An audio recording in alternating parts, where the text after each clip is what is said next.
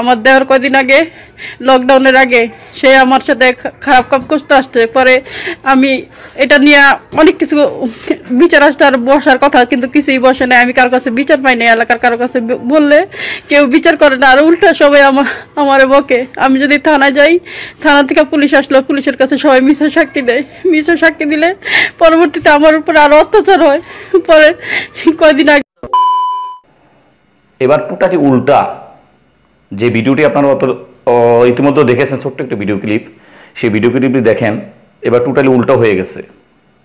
এতদিন আমরা কি দেখেছি দেবর ভাবির পরকীয়া। এবার দেখেন দেবর কিভাবে ভাবিকে জোর করে তার কাছ থেকে সব কিছু কেড়ে নিচ্ছে, অ্যাজ ইট ইজ ব্ল্যাকমেল। তাকে বাধ্য করছে তার সাথে পরক্রিয়া করার জন্য। তো প্রিয় দর্শক, আমি কথা বেশি বাড়াবো না। যদি আমার এই চ্যানেলে আপনি নতুন হয়ে থাকেন তাহলে অবশ্যই চ্যানেলটি সাবস্ক্রাইব করে পাশে থাকা বেল বাটনটি বাজিয়ে রাখবেন। আর ভিডিওটি না টেনে সম্পূর্ণ দেখার অনুরোধ রইল। আর আপনাদের মূল্যবান মতামত আমার কমেন্ট বক্সে লিখে জানিয়ে যাবেন।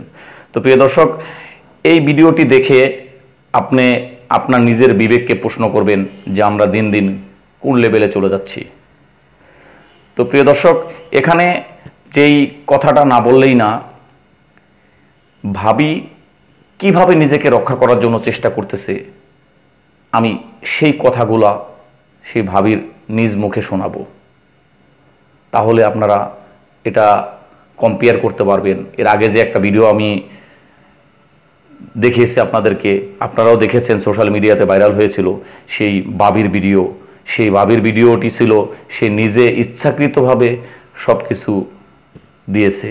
আর এখন দেখেন নিজেকে রক্ষা করার জন্য কত কাকুতি মিনতি করেও তারপরে সে রক্ষা করতে পারতেছে না। তাহলে আমরা দিন দিন কোন সমাজে চলে যাচ্ছি? আমি আপনাদের কাছে এই প্রশ্নটা রেখে এখান থেকে বিদায় নেব। তো অনুরোধ রইল আমার ভিডিওটি না টেনে আপনারা সম্পূর্ণ দেখার জন্য। চলুন আমরা মূল ভিডিওতে চলে যাই।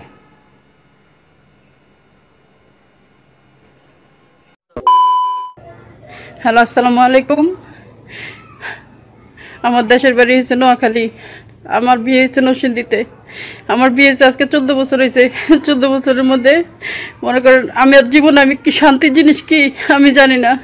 আমার শাশুড়ি, আমার দেওর, আমার ননদ খুবই অত্যাচার করে আমারে। আমার দেওর কদিন আগে লকডাউনের আগে সে আমার সাথে খারাপ কাজ করতে আসছে। পরে আমি এটা নিয়ে অনেক কিছু বিচার আসতে আর বসার কথা, কিন্তু কিছুই বসে নাই। আমি কারো কাছে বিচার পাই নাই, এলাকার কারো কাছে বললে কেউ বিচার করে না, আর উল্টা সবাই আমারে বকে। আমি যদি থানায় যাই, থানা থেকে পুলিশ আসলো, পুলিশের কাছে সবাই মিথ্যা সাক্ষী দেয়।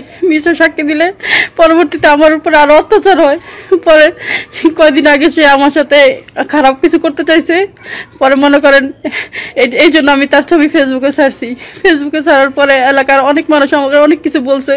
পরে আমি থানায় গেছি, থানায় মামলা দিতে গেছি। পরে থানার সবাই বলতেছে যে বারবার তো আপনি পুলিশ নিলে তো পরে মিথ্যা সাক্ষী দেয় আপনার নামে। পরে তো পুলিশ কিছু বলতে পারে না।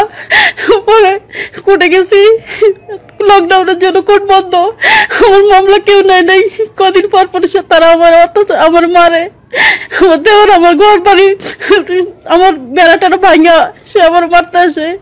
আমি দেশবাসীর কাছে এই দোষ চাই, সবার কাছে আমি আমার জীবন ভিক্ষা চাই। আমার দেশের বাড়ি নোয়াখালী, আমার এখানে কোনো লোক নাই। আমার এই যে মেয়ে দেখেন, আমার এই যে বড় মেয়ে, আমার বড় মেয়ে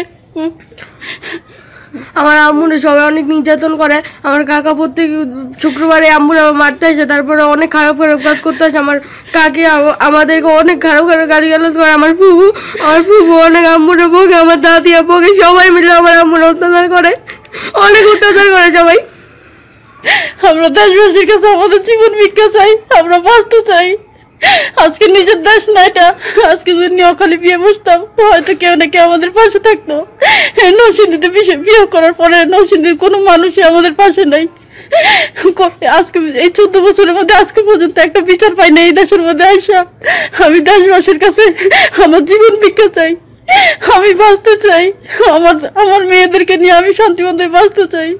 আপনাদের কাছে অনুরোধ, আমার মতো, আমার যারা যারা মা বোন আছে, আমার মতো কেউ নিজের দেশ ছেড়ে অন্য দেশে বিয়ে বসবেন না। অন্য দেশে বিয়ে বসলে নিজের জীবনের কোনো কিছুই নাই। আপনাদের কাছে আমার অনুরোধ, আমার মা বোন ভাইরা, আমার জীবন বাঁচান আপনারা। এই নরসিংদীর কারারচরের, দক্ষিণ কারারচরের কতগুলো সমাজের লোক আছে, এই লোকেরা মনে করে উল্টা বিচার করে, সবসময় উল্টা বিচার করে, উল্টা বিচার করে করে যারা অন্যায় করে তাদের পক্ষে থাকে। আজকে আমার মা নাই, বাবা নাই, আমার পক্ষে কোনো লোক নাই, আমি কারো কাছে আমার কথা বলতে পারি না। আমি বহুত কষ্টের পর আমি এখন লাইভে আসছি, সরাসরি লাইভে আসছি। আমি তাদের অত্যাচারে 2বার ফাঁসি নিছি, ফাঁসি নিয়ে মরি নাই। আজকে আমি বলছি মারা যাবো। এখন আমার মেয়েরা আমার বলে, মা তুমি একবার লাইভে যেয়ে কথা বলে দেখো, তোমার পক্ষে যদি একটা লোক আসে, মা তুমি মরো না আমাদের রেখা। আমি এতিম মানুষ, আমার ছোটবেলায় মা হারাইছি, বাবা হারাইছি, আমার পৃথিবীতে কেউ নাই। এই 2 দিন পর আমার দেওয়ার আমার মারে ঘরে ভিতরে ফেলায়া, সে আমার সাথে কি করতে চায় এটা কেউ দেখে না। আমি কারো কাছে বলতে পারি না, সবাই বলে আমি খারাপ, আমি খারাপ। তো আমি কেন খারাপ তারা একবার জানতে চায় না, যে শুধু কি এই মহিলার বাপ নাই, মা নাই, এই দেশে কেউ নাই, শুধু কি আমিই খারাপ? তাদের কি কোনো দোষ নাই? আপনারা, আমার মেয়ে 2টা আছে, এই বড় মেয়ে ছোট মেয়ে 2জন আমার মেয়ে আছে। আমার মেয়েদের দিকেও তারা মনে করে এরকম করে, আমার মেয়েদেরকে মাইরে ফেলাইতে চায়। আমি আপনাদের কাছে আমার জীবন ভিক্ষা চাই, আমার জীবন ভিক্ষা চাই ভাইয়েরা, আমার মা বোনেরা, আমার জীবন ভিক্ষা দেন আপনারা আমার বাঁচান এই অত্যাচারের হাতের থেকে। কদিন আগে আমাদের বাড়িতে দরবার বসছে জায়গা জমি ভাগ করে দিব। এখন জায়গা জমি ভাগ করার কথা কয়ে তারা দিনে রাতে আমার অত্যাচার করে। আমি বলছি এখান থেকে জায়গা বিক্রি করে চলে যাবো, আমার জায়গা সেপারেট করে দেয় না। তারপর মনে করেন তো, যখন ইচ্ছে তখনই তারা আমার গাতার তোলে, যখন ইচ্ছে তখনই আমার গাতার তোলে।